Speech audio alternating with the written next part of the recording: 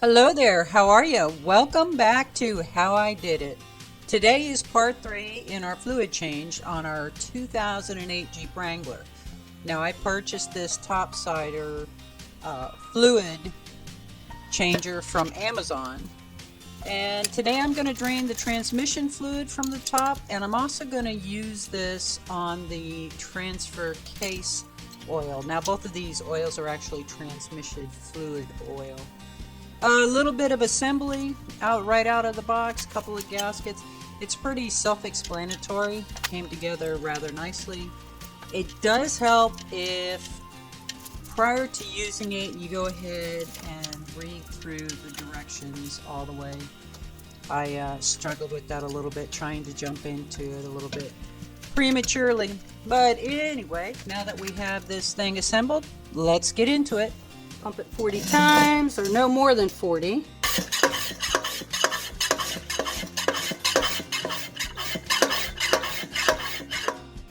Now I'm just positioning it up here on the engine, and I actually found that it worked better sitting it obviously lower than the hose. Gravity helped it move a little bit more.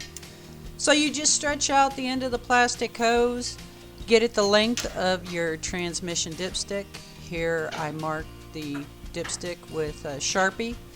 J is for Jeep. That way if I decide to use this on, say, my other vehicles, I can just mark their length of their dipsticks on it, and it just becomes a universal tool. I thought I hadn't vacuumed it enough, so I pulled it down to vacuum some more, or pump some more, because I lost track of my count. And now it's coming out. And as you can see, this fluid doesn't look too bad. Unless I'm supposed to have it sitting lower, which may very well be. Continue reading the directions, shall we? Now I opted to go ahead and change my transmission fluid out from the top. One, it looked really cool when I saw a video on it, but two, it seems like it would be much easier. So if you're not needing to do an actual filter change, but you want to keep your fluids fresh, this is really a pretty handy tool. I think it was like 59 bucks. Again, I purchased it off of Amazon. It worked really well. I was really happy with it, and the beauty of it, Alright, let's see if I can suck the rest just out. like with the strawberry shake, when you're at the end of the cup, you have your little gurgle sound.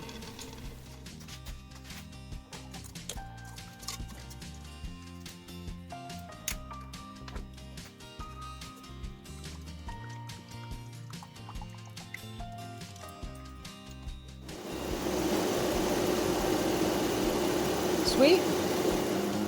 There you go. Harbor Freight number 10.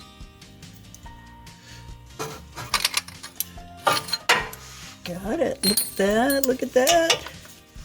It's tight though. Oh my goodness, is it ever tight?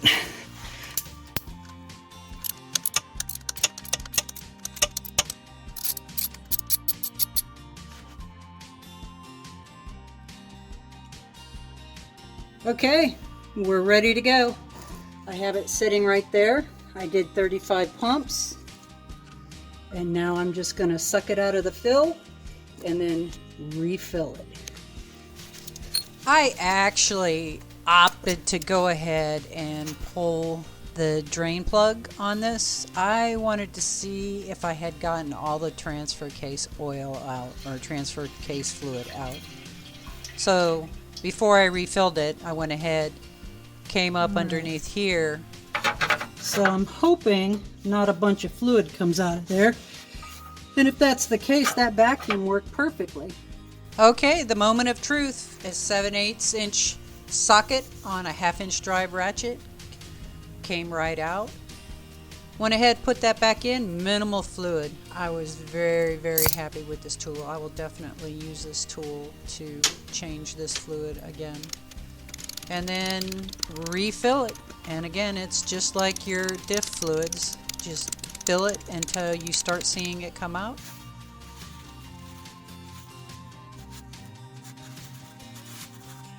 All right, perfect.